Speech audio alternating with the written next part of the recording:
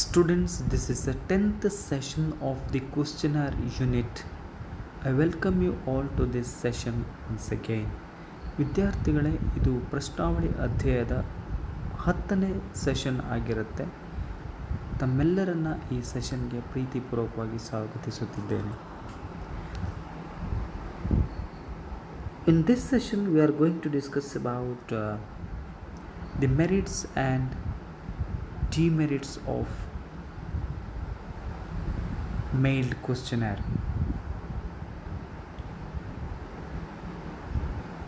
ಈ ಒಂದು ಸೆಷನ್ನಲ್ಲಿ ನಾವು ಅಂಚೆ ಪ್ರಶ್ನಾವಳಿಯ ಅನುಕೂಲತೆಗಳು ಮತ್ತು ಅನಾನುಕೂಲತೆಗಳ ಕುರಿತಾಗಿ ನಾವು ಚರ್ಚೆಯನ್ನು ನಡೆಸಲಿಕ್ಕಿದ್ದೇವೆ. ಈ ವಿಷಯವನ್ನು ತಿಳ್ಕೊಳ್ಳುವಂಥ ಪೂರ್ವದಲ್ಲಿ ನಾವು ಇಂದಿನ ಸೆಷನ್ನಲ್ಲಿ ಏನನ್ನು ತಿಳ್ಕೊಂಡಿದ್ದೇವೆ ಎನ್ನುವುದನ್ನು ಗಮನಿಸುವುದಾದರೆ, ಅಂಚೆ ಪ್ರಶ್ನಾವಳಿಯ ಅರ್ಥ ಮತ್ತು ಅದರ ಸ್ವರೂಪವನ್ನು ನಾವು ತಿಳ್ಕೊಂಡಿದ್ದೇವೆ. Before we discuss the merits and demerits of mailed questionnaire, we can have the recap of the previous session. In the previous session, we have discussed the meaning and nature of mailed questionnaire in social science research.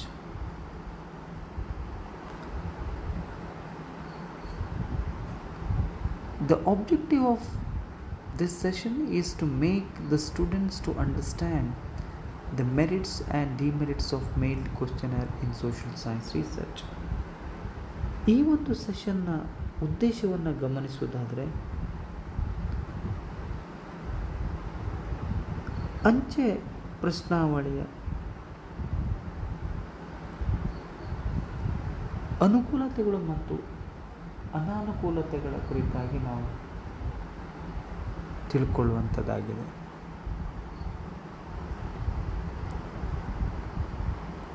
When you look at the merits of mailed questionnaire, ನಾವು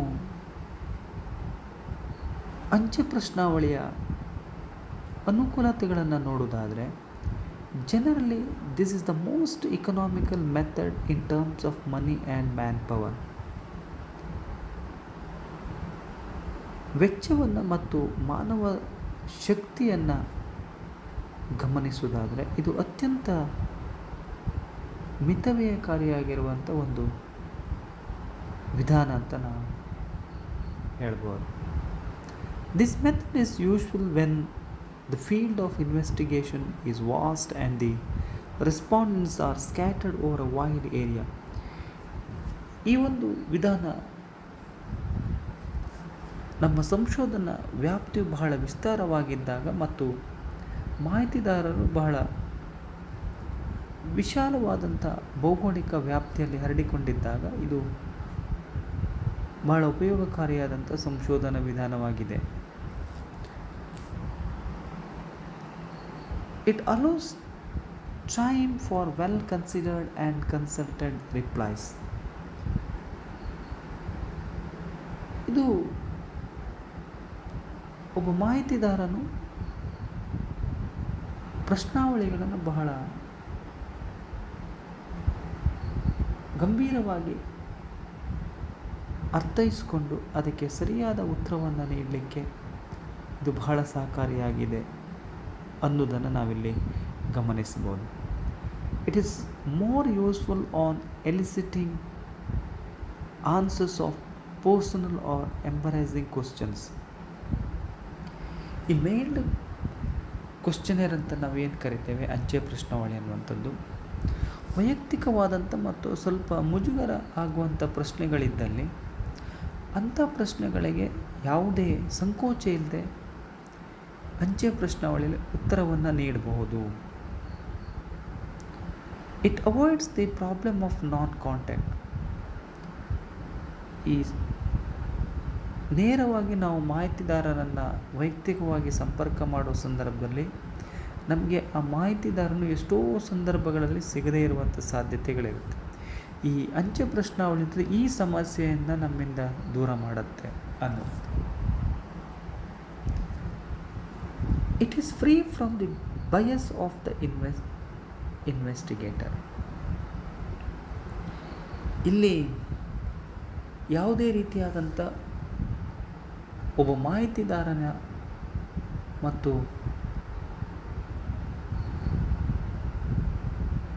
ಸಂಶೋಧಕನ ನಡುವೆ ಸಂಪರ್ಕಗಳು ಇಲ್ಲದೇ ಇರೋದರಿಂದ ಅಲ್ಲಿ ಯಾವುದೇ ಪೂರ್ವಗ್ರಹ ಪೀಡಿತವಾದಂಥ ಮನಸ್ಥಿತಿಯನ್ನು ಏನು ಸಂಶೋಧಕನು ಹೊಂದಲಿಕ್ಕೆ ಅವಕಾಶ ಇಲ್ಲ. ಇನ್ನೊಂದು, uniformity in the data collection can be made. ಪ್ರತಿಯೊಬ್ಬರಿಗೂ ಒಂದೇ ರೀತಿಯಾದಂಥ ಪ್ರಶ್ನಾವಳಿಯನ್ನು ನಾವು ಅಂಚೆ ಮೂಲಕ ಕಳಿಸೋದ್ರಿಂದ ನಮಗೆ ವಾಪಸ್ಸಾಗುವಂಥ ಉತ್ತರಗಳು ಸಮಾನವಾಗಿರ್ತವೆ ಅನ್ನುವಂಥದ್ದನ್ನು ನಾವಿಲ್ಲಿ ಗಮನಿಸ್ಬೋದು. A quick method of conducting survey. ಬಹಳ ವೇಗವಾಗಿ ನಾವು ಸಮೀಕ್ಷೆಯನ್ನು ನಡೆಸೋದಾದರೆ ಅಂಚೆ ಪ್ರಶ್ನಾವಳಿ ಬಹಳ ಉಪಯೋಗಕಾರಿಯಾಗಿದೆ ಅನ್ನೋದನ್ನು ನಾವಿಲ್ಲಿ ಗಮನಿಸ್ಬೋದು. These are the merits of mailed questionnaire. ಇವುಗಳು ಅಂಚೆ ಪ್ರಶ್ನಾವಳಿಯ ಅನುಕೂಲತೆಗಳು. Let us come to the demerits of mailed questionnaire. ನಾವು ಅಂಚೆ ಪ್ರಶ್ನಾವಳಿಯ ಅನಾನುಕೂಲತೆಗಳನ್ನು ನೋಡೋದಾದರೆ, it cannot be used for uneducated or illiterate people or respondents. ಬಹಳ ಮುಖ್ಯವಾಗಿ ಇದರ ಅನಾನುಕೂಲತೆ ಅಂತೇಳಿದರೆ, ಈ ಅಂಚೆ ಪ್ರಶ್ನಾವಳಿಯನ್ನು ನಾವು ಅನಕ್ಷರಸ್ಥ ಅಥವಾ ಅವಿದ್ಯಾವಂತ ಸಮಾಜಕ್ಕೆ ಇದನ್ನು ನಾವು ಬಳಸಲಿಕ್ಕೆ ಸಾಧ್ಯ ಆಗೋದಿಲ್ಲ. There is a problem of non response. ಈಗ ನಮಗೆ ನೇರವಾಗಿ ಮಾಹಿತಿದಾರನ ಸಂಪರ್ಕ ಇಲ್ಲದೇ ಇರೋದ್ರಿಂದ ಆ ಪ್ರಶ್ನಾವಳಿಯನ್ನು ಭರ್ತಿ ಮಾಡದೆ ಅದನ್ನು ವಾಪಸ್ ಕಳಿಸುವಂಥ ಸಾಧ್ಯತೆಗಳಿರುತ್ತೆ. ಇದು ನಮ್ಮ ಇಡೀ ಸಂಶೋಧನಾ ಉದ್ದೇಶವೇ ಅಲ್ಲಿ ವಿಫಲವಾಗುವಂಥ ಸಾಧ್ಯತೆಗಳು ಇರುತ್ತೆ. If there is any confusion in the questionnaire that cannot be solved. ಒಂದು ವೇಳೆ ಆ ಮಾಹಿತಿಯನ್ನು ಭರ್ತಿ ಮಾಡುವಂಥ ಸಂದರ್ಭದಲ್ಲಿ ಮಾಹಿತಿದಾರನಿಗೆ ಆ ಪ್ರಶ್ನೆ ಕುರಿತು ಗೊಂದಲಗಳು ಮತ್ತು ಸಂಶಯಗಳು ಇದ್ದ ಸಂದರ್ಭದಲ್ಲಿ ಅದನ್ನು ಪರಿಹರಿಸಲಿಕ್ಕೆ ಅಲ್ಲಿ ಸಂಶೋಧಕನೇ ಇರುವುದಿಲ್ಲ. ಇದು ಬಹಳ ಮುಖ್ಯವಾಗಿ ನಾವು ಗಮನಿಸಬೇಕಾಗುತ್ತೆ. ತಪ್ಪು ಉತ್ತರಗಳು ಬರುವಂಥ ಸಾಧ್ಯತೆಗಳು ಇರುತ್ತೆ. The control over questionnaire may be lost once it is sent. ಮಾಹಿತಿದಾರನಿಗೆ ನಾವು ಪ್ರಶ್ನಾವಳಿಯನ್ನು ಅಂಚೆ ಮೂಲಕ ಕಳುಹಿಸಿದ ನಂತರದಲ್ಲಿ ಸಂಶೋಧಕನಿಗೆ ಆ ಪ್ರಶ್ನಾವಳಿಯ ಮೇಲೆ ಯಾವುದೇ ನಿಯಂತ್ರಣ ಇರೋದಿಲ್ಲ. ಇದು ಬಹಳ ಮುಖ್ಯ. ಏನಂತೇಳಿದ್ರೆ, ಅವನಿಗೆ ಅಲ್ಲಿ ಯಾವುದೇ ಬದಲಾವಣೆಗಳು ಮಾಡುವಂಥ ಅವಕಾಶಗಳಿಲ್ಲ. ಇದು ನಿಜವಾಗಿ ಕೂಡ ಅಲ್ಲಿ ಸಂಶೋಧನೆಗೆ ಬಹಳ ಸಮಸ್ಯೆಯನ್ನು ಒಡ್ಡುತ್ತದೆ. There is no scope for asking supplementary questions. ಯಾವುದೇ ಹೆಚ್ಚುವರಿ ಪ್ರಶ್ನೆಗಳನ್ನು ಕೇಳುವಂಥ ಅವಕಾಶಗಳು ಅಂಚೆ ಪ್ರಶ್ನಾವಳಿ ಹೊಂದಿರೋದಿಲ್ಲ. ಏನು ಒಮ್ಮೆ ನಾವು ಅಲ್ಲಿ ಮಾಹಿತಿದಾರನಿಗೆ ಅಂಚೆ ಮೂಲಕ ಕಳಿಸ್ತಿದ್ದೆವು, ಅವೇ ಅಂತಿಮವಾದಂಥ ಪ್ರಶ್ನೆಗಳು. ಹೆಚ್ಚಿಗೆ ನಾವು ಅಲ್ಲಿ ಪ್ರಶ್ನೆಗಳನ್ನು ಸೇರಿಸಲಿಕ್ಕೆ ಸಾಧ್ಯ ಇಲ್ಲ.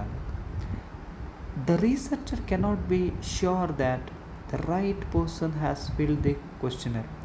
ಇದು ಹೆಚ್ಚಾಗಿ ನಮಗೆ ಇದು ಕಾಡ್ತಾ ಇರುವಂಥದ್ದು ಒಂದು ಪ್ರಶ್ನೆನೇ.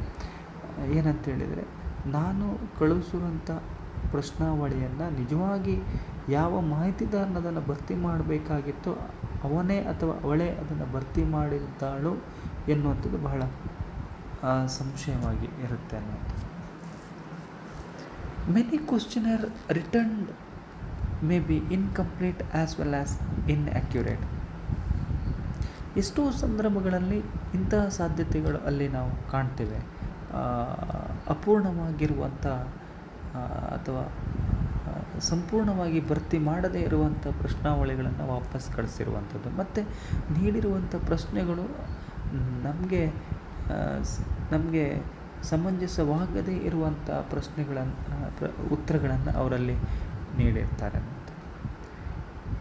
It is not suitable where spontaneous answers are required. ನಮಗೆ ಸಹಜವಾದಂಥ ಉತ್ತರಗಳನ್ನು ಅಥವಾ ಮಾಹಿತಿಯನ್ನು ನೀಡಬೇಕಾದಂಥ ಸಂದರ್ಭದಲ್ಲಿ ಇದು ಅಷ್ಟು ಉಪಯೋಗಕಾರಿಯಾಗಿಲ್ಲ ಅನ್ನೋದನ್ನು ನಾವಿಲ್ಲಿ ಗಮನಿಸಬಹುದು. It is suitable only when the questions are simple. ಯಾವಾಗ ಈ ಅಂಚೆ ಪ್ರಶ್ನಾವಳಿ ನಮಗೆ ಅದು ಉಪಯೋಗವಾಗುತ್ತೆ ಅಂತ ಹೇಳಿದರೆ, ಆ ಅಂಚೆ ಪ್ರಶ್ನಾವಳಿ ಬಹಳ ಸರಳವಾಗಿದ್ದಾಗ ಮಾಹಿತಿದಾರ ಅದನ್ನು ಸುಲಭವಾಗಿ ಅರ್ಥೈಸಿಕೊಂಡು ಸರಿಯಾದಂಥ ಉತ್ತರಗಳನ್ನು ನೀಡಲಿಕ್ಕೆ ಸಾಧ್ಯ ಆಗುತ್ತೆ. ಒಂದು ವೇಳೆ ಪ್ರಶ್ನೆಗಳು ಗೊಂದಲವಾಗಿದ್ದಾಗ, ಅವುಗಳು ಸ್ವಲ್ಪ ಕಷ್ಟಕರವಾದಂಥ ಪ್ರಶ್ನೆಗಳನ್ನು ಹೊಂದಿದ್ದರೆ ನಿಜವಾಗಿಯೂ ನಮಗೆ ಸರಿಯಾದಂಥ ಮಾಹಿತಿ ಬರಲಿಕ್ಕೆ ಸಾಧ್ಯ ಇಲ್ಲ ಅನ್ನುವಂಥದ್ದು. ಸೊ ಇವಿಷ್ಟು ಪ್ರಶ್ನಾವಳಿಯ ಅಂಚೆ ಪ್ರಶ್ನಾವಳಿಯ ಅನಾನುಕೂಲತೆಗಳು. So for we have discussed both merit as well as the demerits of the mailed questionnaire. I hope our students have understood these two aspects of the mailed questionnaire. So we stop here. Thank you very much.